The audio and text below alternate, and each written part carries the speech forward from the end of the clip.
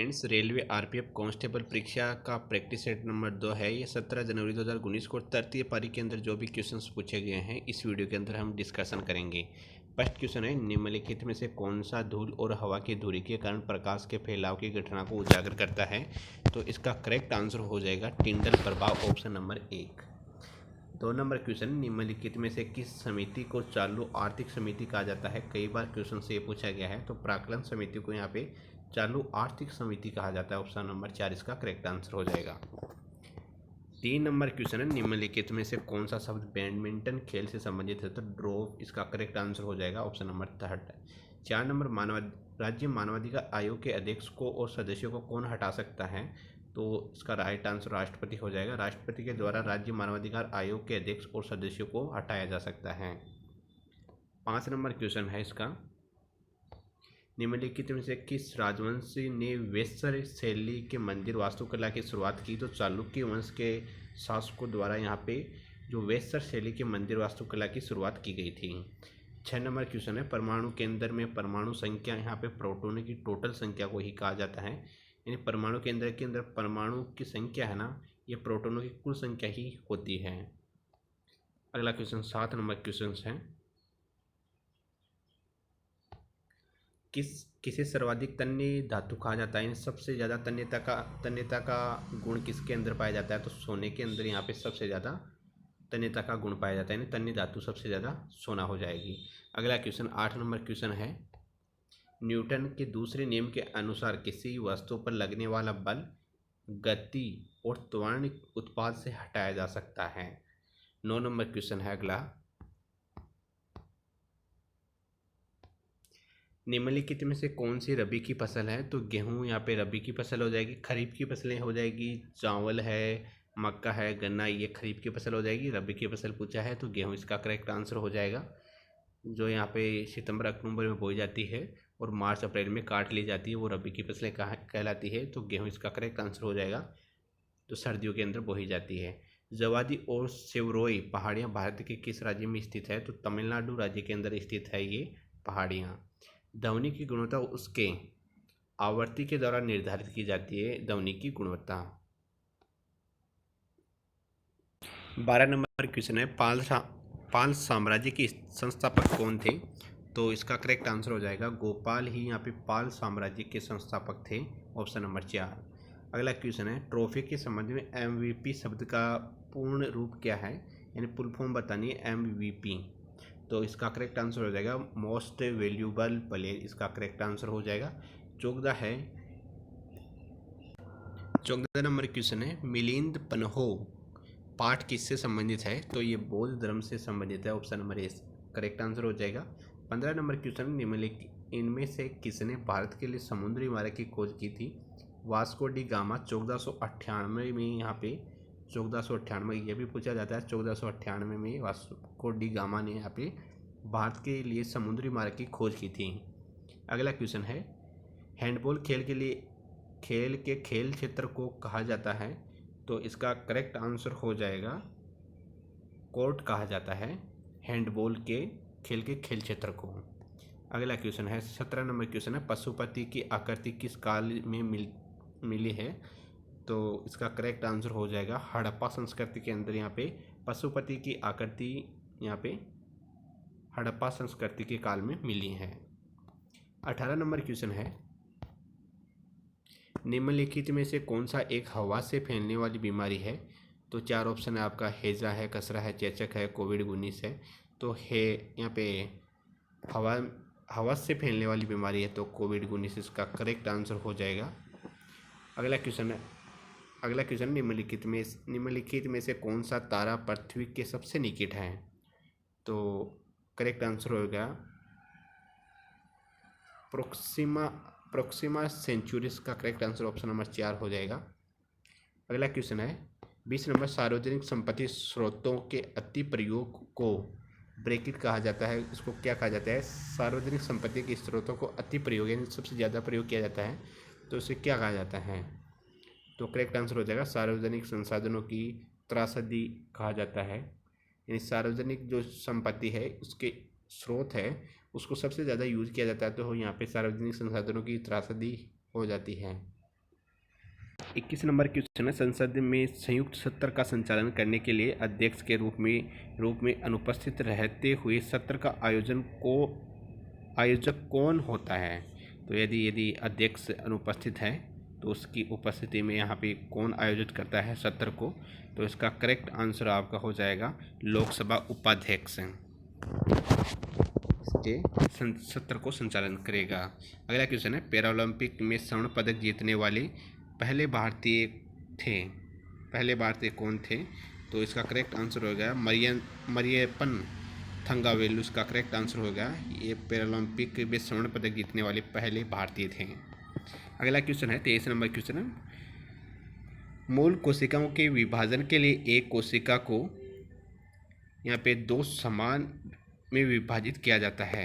यानी जो मूल कोशिका को विभाजन के लिए एक मूल कोशिका को यहाँ पे 2 समान में विभाजित किया जाता है। अगला क्वेश्चन है, नाट्य शास्त्र के लेखक कौन है। बहुत ही इंपॉर्टेंट क्वेश्चन है भाई ये। तो इसका करेक्ट आंसर हो जाएगा भरत मुनि। यहाँ पे नाट्य शास्त्र के लेखक है, ऑप्शन नंबर 4 इसका करेक्ट हो जाएगा भरत मुनि। 25 नंबर क्वेश्चन है, कौन सा अंतर्राज्यीय परिषद मंत्रालय के अंतर्गत आता है। तो यहाँ पे गृह मंत्रालय, इसके अंतर्राज्यीय परिषद मंत्रालय के अंतर्गत यहाँ पे गृह मंत्रालय आता है। 26 नंबर क्वेश्चन है, थालघाट मुंबई और यहाँ पे नासिक को जोड़ता है। थालघाट यहाँ पे मुंबई और नासिक को, इसका correct answer option number A हो जाएगा। 27 नंबर क्वेश्चन है, निम्नलिखित में से कौन क्रिकेट से संबंधित नहीं है। तो कौन सी यहाँ पे ट्रॉफी है ना, ये आपकी क्रिकेट से संबंधित नहीं है। तो इसका करेक्ट आंसर हो जाएगा कलिंग कप। कलिंग कप ये आपका हो जाएगा, किससे संबंधित है, ये फुटबॉल से संबंधित है, न कि यहाँ पे क्रिकेट से संबंधित है। क्रिकेट से संबंधित कौन कौन है, ईरानी कप है, रणजी ट्रॉफी है, देवधर ट्रॉफी है, ये आपकी क्रिकेट से संबंधित है। अगला क्वेश्चन है, पुरुषों में कौन से सेक्स जीन होता है। पुरुषों में पूछा है तो पुरुषों में XY होते हैं। महिलाओं में पूछता तो XX होते हैं महिलाओं के अंदर, और वो XY यहाँ पे आपके पुरुषों के अंदर होता है। यानी कौन सी संतति उत्पन्न होगी, क्या लड़का होगी लड़की होगी, ये पुरुष के शुक्राणु द्वारा ही निर्धारित किया जाता है, क्रोमोसोम सेक्स जीन के द्वारा। अगला क्वेश्चन 29 नंबर क्वेश्चन है, भारत, बेल्जियम और स्पेन में किस प्रकार के संघीय अभ्यास का उपयोग किया जाता है। तो इसका करेक्ट आंसर हो जाएगा संघीय रूप से प्रशासित विधि। 3 नंबर इसका करेक्ट आंसर हो जाएगा। 30 नंबर क्वेश्चन है आपका,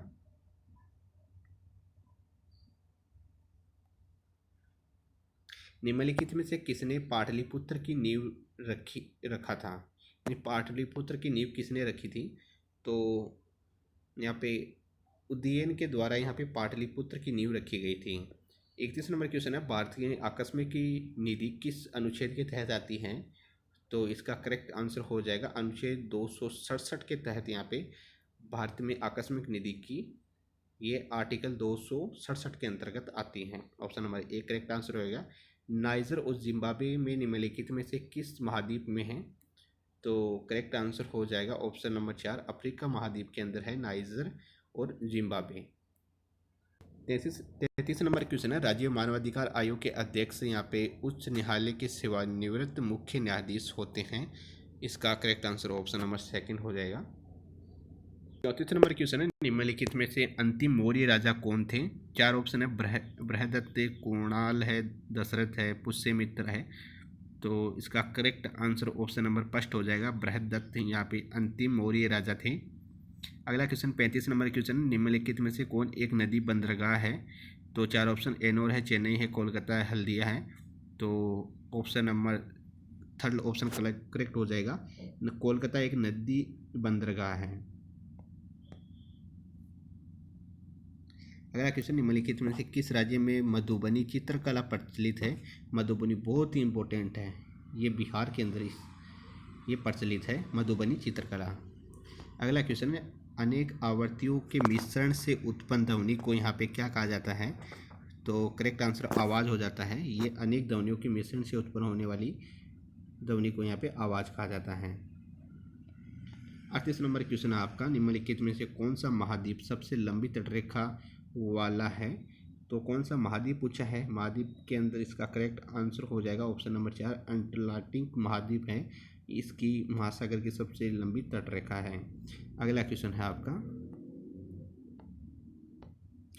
2011 की जनगणना के अनुसार भारत में शहरी जनसंख्या का प्रतिशत कितना है? शहरी जनसंख्या का परसेंटेज पूछा है तो 31.16% है शहरी जनसंख्या है इसमें। टोटल यहाँ पे इसमें शहरी जनसंख्या है 2011 की जनगणना के अनुसार। अगला क्वेश्चन है 40 नंबर क्वेश्चन, कौन सा केंद्रीय प्रशासनिक न्यायाधिकरण मंत्रालय के अधीन आता है? तो कार्मिक मंत्रालय के अंतर्गत ये आता है। अगला क्वेश्चन है पुरानी जलोढ़ मिट्टी को किस नाम से जाना जाता है? पुरानी जलोढ़ को किस नाम से जाना जाता है? तो खादर के नाम से जाना जाता है। और यहाँ पे बांगर, यहाँ पे जो नवीन जलोढ़ होती है उसे बांगर के नाम से जाना जाता है। तो पुरानी जलोढ़ पूछिए तो खादर इसका करेक्ट आंसर हो जाएगा। अगला क्वेश्चन है 42 नंबर क्वेश्चन है वृक्षासन योग में क्या स्थिति दर्शाता है? तो इसका करेक्ट आंसर हो जाएगा पेड़, इसका करेक्ट आंसर हो जाएगा। डोलू कुन्नीथा ब्रैकेट में एक प्रसिद्ध लोक संगीत परंपरा है। तो इसके ऑप्शन देख लेते हैं। ऑप्शन महाराष्ट्र, कर्नाटक, आंध्र प्रदेश और पश्चिम बंगाल जो ये कहाँ की है? तो इसका करेक्ट आंसर हो जाएगा कर्नाटक की ये संगीत नृत्य शैली है। अगला क्वेश्चन राष्ट्रीय मानवाधिकार आयोग की स्थापना यहाँ पे कब की गई थी? तो इसका करेक्ट आंसर हो जाएगा 1993 के अंदर यहाँ पे राष्ट्रीय मानवाधिकार आयोग की स्थापना की गई थी। 45 नंबर क्वेश्चन है भारतीय योजना के वास्तुकार के रूप में किसे जाना जाता है? तो ये भी इम्पोर्टेंट है। तो इसका ऑप्शन नंबर 3 हो जाएगा PC महालनोबिस, इसका करेक्ट आंसर हो जाएगा। क्वेश्चन नंबर 46 आपका वैसे बाजार को क्या कहते हैं जिसमें कम विक्रेता एवं अधिक खरीदार होते हैं? तो इसका करेक्ट आंसर हो जाएगा अल्पाधिकार, इसका करेक्ट आंसर हो जाएगा। 47 नंबर क्वेश्चन है भारत सरकार यहाँ पे भारतीय खाद्य निगम के माध्यम से खाद्यान्न खरीदती है। ऑप्शन नंबर 1 इसका करेक्ट आंसर। 48 नंबर क्वेश्चन है महात्मा गांधी राष्ट्रीय रोजगार गारंटी योजना ये कब आई थी? तो इसका तो आपको पता होना चाहिए 2005 के अंदर यहाँ पे महात्मा राष्ट्रीय ग्रामीण रोजगार गारंटी अधिनियम यानी मनरेगा 25 अगस्त 2005 को यहाँ पे ये अधिनियमित भारतीय कानून है। 2005 के अंदर ये पारित हुआ था। अगला क्वेश्चन है आपका सिकंदर ने भारत पर किस वर्ष आक्रमण किया था? ये भी आपके जो मौर्य साम्राज्य पढ़ेंगे आप उसके अंदर आएगा ये क्वेश्चन। तो यहाँ पे करेक्ट आंसर हो जाएगा फर्स्ट ऑप्शन 326 ईसा पूर्व के अंदर यहाँ पे सिकंदर ने यहाँ पे आक्रमण किया था। अगला क्वेश्चन है 50 लास्ट क्वेश्चन है ये, किस विधेयक के बिना सरकार भारत में संचित निधि से पैसा निकाल सकती है? तो इसका करेक्ट आंसर हो जाएगा विनियोग विधेयक के द्वारा यहाँ पे संचित निधि से पैसा निकाल सकती है भारत सरकार बिना किसी विधेयक के। तो ये हमने 50 क्वेश्चन किए हैं, उसमें से कितने आपने क्वेश्चन राइट किए हैं आप कमेंट बॉक्स के अंदर स्कोर बताइएगा। मिलते हैं नेक्स्ट वीडियो में, तब तक के लिए जय हिंद जय भारत।